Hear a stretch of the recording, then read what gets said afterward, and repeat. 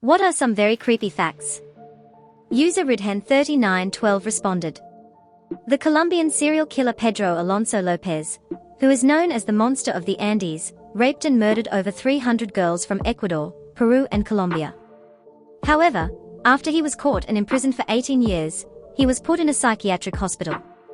There he was reviewed, declared to be sane and was set free, in spite of his blatant avowal that he fully intends to kill again. Since he was released in 1998, nobody knows where he is or what he's doing. He is supposed to be 71 years old at present. He is known for being the most prolific killer ever. User Sithos responded. There is a genetic disease called fibrodysplasia ossificans progressiva. When tissue is damaged, it is replaced with bone. Growths form underneath their skin, and their joints lock solid, so over time, those affected slowly become encased in a prison of bone just beneath their own skin. They usually have to choose between sitting or standing up for the rest of their life. By the end of their life, they have to drink every meal through a straw and can barely move. User Tibrami responded. Your eyes have a separate immune system from the rest of your body. If they get damaged in such a way that it affects anything other than your eyes, your regular immune system can attack the damage and will not recognize them, meaning your own body can permanently blind you. What's worse, your body cannot tell the difference between either eye. If one of them gets infected or damaged, your immune system can attack your healthy eye and take away your sight entirely. User Deleted responded. Rosemary Kennedy was JFK's sister. She suffered from oxygen deprivation at birth, and that unfortunately stunted her mental growth. She had a pretty decent childhood, but as she grew older she began to act out. Afraid that her behavior would risk his political career, her father, Joseph, agreed to have her lobotomized. Her mother, Rose, was against it and forbade him from doing it. So he did it behind her back when she went on a trip. After the operation, Rosemary's already low IQ was lowered even further, to the point she could no longer walk or communicate. Her family had her locked up in an institution and basically disowned her. They never visited and never publicly acknowledged her anymore. Rosemary died at the age of 86. Her mother never forgave her husband for what he had done. User YR responded. The bottom of Lake Superior is cold enough that the bodies of dead sailors just remain. They don't really decompose because it's at freezing temperatures, so they instead get a coating of adiposite, think that's how it's spelled, which is liquid body fat, hardened around them. Gordon Lightfoot wasn't lying when he wrote, "The lake never gives up her dead." Source, the lake that never gives up her dead. Ask a mortician. User Bubdolf7 responded. The origins of vampires as we know them. Basically your body has gas build-up when you die. I'm not medically inclined enough to explain why. Basically the gas has to escape somehow, and so it would pass through the vocal cords in the throat. This creates the low moan that makes the body sound as if it was in pain. The people back then had no idea what was happening and random bodies would just start moaning in pain. And thus they believed that the bodies were rising from the dead. And when stabbed, the gas escaped otherwise, thus leading to the belief that the only way to stop a vampire was to stab a dead body in the chest. This also led to a lot of strange burials, like the man that was buried in a stone wall to prevent him from rising from the dead. I can't really blame them.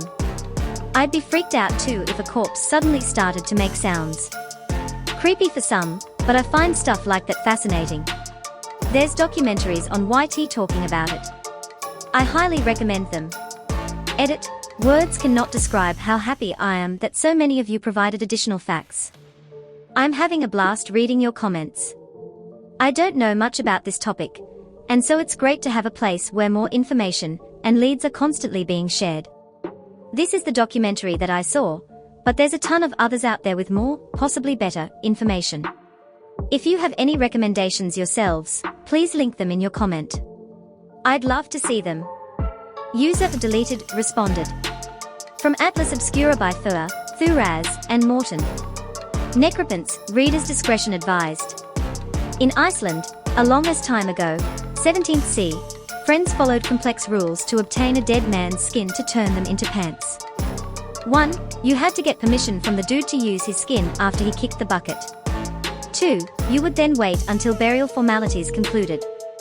3. You would rob the shit out of your buddy's grave.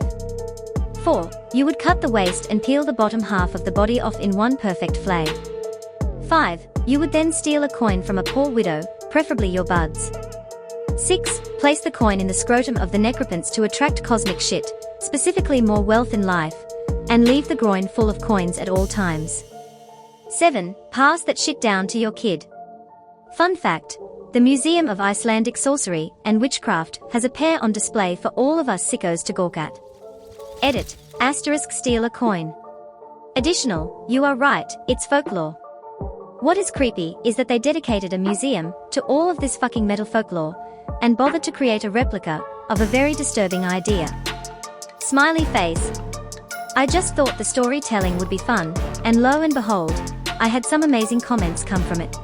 User deleted responded. Human brains when they dry out smell like cat piss, that stinky ammonia smell. Worked in an ER for 17 years in court, had a gunshot to the head come in, and a chunk fell onto my shoe and didn't notice. While driving home, was like, WTF, did my cat piss in the car, or something, went to take my shoes off and there is was. Edit for all you people with morbid curiosity. Fresh brains look like cream cheese mixed with strawberry jam. Edit 2, no, they died, trans life harvested organs. User Zazzle responded. People don't take their antimalarial drugs when they travel because they hear bad stories about the side effects, and they see native people in the areas living okay without taking pills every day. The truth is, populations native to malaria endemic areas have all passed through pretty intense natural selection for survival, and have a host of genes that prevent them from dying or suffering the other worst effects. Also, most of the resistance is built up over time. This is why it's most common for children to die rather than adults. Whatever people have heard about the side effects of the antimalarials, getting it is so much worse. I, fortunately, have never had it, but I study it as part of my work and people have told me about having it and they all say the same thing: it is so awful you can't believe you're even still alive. It comes in cycles, usually 48 hours, and each cycle is agonizing and brings you the brink of death. Sometimes it takes you. Sometimes it spares you for another few hours until it starts again. And there are forms that, even if you clear the infection with drugs, it still remains dormant in your system and can come back at any time. Edit: I don't want to freak people out too much. There are drug combinations that can kill every stage of the parasite as long as there is no drug resistance. User Torms1569 replied. The stonefish, an incredibly venomous fish living in tropical waters mostly off the coast of Australia and parts of US, can cause pain that only escalates with time. Eventually the pain will subside, but even after the barb is removed, patients have reported increasing pain 12+ hours later. Without antivenom or denaturing the venom with excessive heat, the pain builds and builds until the patients request euthanasia. Its spines hold the venom, hidden in its dorsal fins. Aboriginals living around the Great Barrier Reef have corroborees, large gatherings, and will during these gatherings hold reenactments of people being stung by this monster, for what I assume is either amusement, learning, or both. Edit: corroboree clarification. Edit 2, pain does eventually end. Reminded of suicide tree where pain does not. Terrible leaves for toilet paper. Thank you for all the upvotes. So glad one of my parents' horror stories from Australia is so well received. User Songmidge responded. Blobfish in its natural habitat looks like a normal fish, but it lives so deep underwater that it doesn't use a normal gas bladder to keep itself balanced. Instead, it has a spongy skin that is slightly less dense than water, which becomes damaged and bloated when fishermen bring it up too quickly. It's not really the ugliest fish. It has just experienced something worse than one of us being thrown into outer space. Between sea level and space, there's 1 atmospheric pressure of difference. Between sea level and 2,000 feet underwater, their upper limit, there's 60 atmospheres of difference. User deleted responded. Half of your favorite 70s rock stars had 14-year-old girlfriends. Edit. Wow. I have been a Redditor for over 8 years. My previous highest comment was less than 200 upvotes, and I finally get to say it. RIP inbox. Edit 2. Yes, I realize your favorite rock star might not have been a pedo creep, but I was so disappointed to find out how many were. I hope society is moving past where this is seen as remotely okay. But then again, people still work with Roman Polanski, and he was actually convicted of drugging and raping a 13-year-old. Fuck him. 13 to 14-year-olds are children. Protect children, don't sexualize them. It's not that hard. Edit 3. Enjoying the artistic work of bad people is an interesting issue. I still listen to lots of the music in question, but I don't think I would if these were active artists, and it was known I wasn't alive in the 70s. And I certainly don't support them financially, well, any more than Spotify plays, so I guess I do to some degree. In Polanski's case, I have seen some of his older movies, but never paid for one. I wouldn't support him financially in any way, and I wouldn't watch anything he makes at this point. I think it was Aziz Ansari who had an interesting bit asking the audience who still listens to R. Kelly, not a lot of hands. Then later in the set asked who still listens to Michael Jackson, lots of hands and cheers. I think there is an issue of perceived guilt and also of artistic quality that plays into people's feelings. Regardless, I don't believe you should actively support known predators. User ET318 responded. It's less of a fact and more of an uncomfortable truth, but it would be very easy for a determined individual to break into your place of residence and kill you at just about any time that you aren't expecting them. Even worse is that if they do it cleanly and have no relationship with you, they stand a decent chance of getting away with it.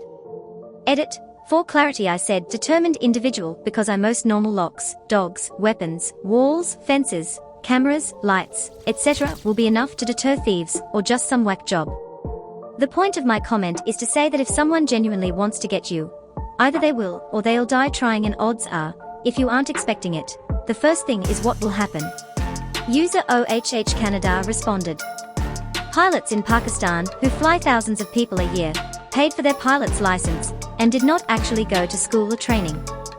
Pakistan's aviation minister told Parliament on Wednesday that a large number of commercial pilots hold fake licenses or cheated in exams.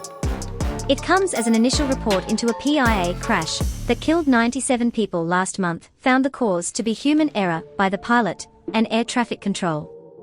Mr. Khan said investigations had found that more than 260 of the country's 860 active pilots had either fake licenses or had cheated in their exams. User Ironwolf6464 responded. In 1961, Yale psychologist Stanley Milgram conducted an experiment in which he had a test subject enter a room with a control panel with controls for a fake electroshock device. He instructed the subjects to shock a unseen student every time they answered a math question wrong through a microphone, as well as to increase voltage with every error. Unbeknownst to the test subjects, the students were all actors speaking into microphones from another room. They all failed their questions purposefully to get shocked intensely, screaming the whole time. Many subjects consensually killed their respective student by the time it was over, with light pressure added by the researchers. User Llewellyn Rogue responded. So this happened to a friend of my mother. She would refuse to tell me his name, meaning I must know this guy. He was a regular guy, married.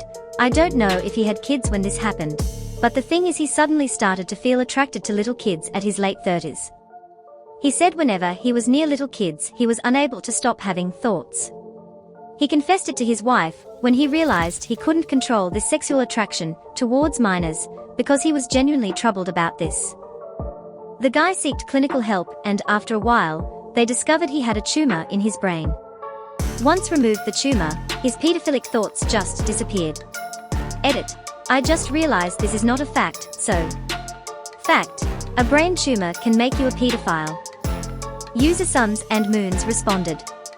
Any story about cosmonauts during the space race? Russia only wanted to get to space first. It didn't matter how many failed missions were between them and succeeding. It was all trial and error. If somebody didn't survive an attempt, they were wiped from history, any documentation destroyed, including being edited out of photographs. One story that I remember is the first man to free walk in space, Alexei Leonov. They didn't account for the pressure difference when making his suit, so when he stepped out, the suit expanding to the point of nearly falling apart, and he couldn't fit back in through the door. He had to release the oxygen from the suit to deflate it enough to get back inside. Another one is the Judica Cordiglia brothers. This one may be considered more conspiracy theory, but as far as I know the recordings are real. They were radio operators, who picked up signals of very distressed-sounding Russian voices, and an SOS signal drifting away from Earth. When translated, the voices were calling for help, saying history would forget them, and saying it is getting very hot. Edit. Apparently the recordings were not real, so disregard that section. Definitely creepy, not so much fact. User deleted, responded. Locusts aren't a type of animal, they are a condition some grasshoppers experience. Many species of grasshoppers become locusts when they are too crowded, literally their legs rubbing together triggers the change. Once grasshoppers start to swarm, they will join up with others, physically grow larger, change color, and eat basically anything they find. Most of a swarm will be born as part of the swarm. Increased mating is part of swarm behavior. This is why it often seems like locust swarms come out of nowhere. Edit. Whoa, this blew up. Thank you for the awards, kind strangers. Unfortunately, I'm not an expert, and my Wikipedia level understanding was super lacking for a post with this many eyes on it. Here are some corrections that have been brought to my attention in the comments. A very small percent of grasshopper species swarm, and not all those that do undergo physical changes. Your garden variety grasshopper is probably harmless. Especially if you're in NA where there's only one species that swarms and it's super rare. Grasshoppers who do swarm are often called locusts even when not swarming. It's less of a grasshoppers catch locust situation and more of a there are a subset of grasshoppers called locusts who swarm. Thank you to everyone who pointed out mistakes in my original. Thank you so much for watching all the way to the end. Please like and subscribe for more videos like this one.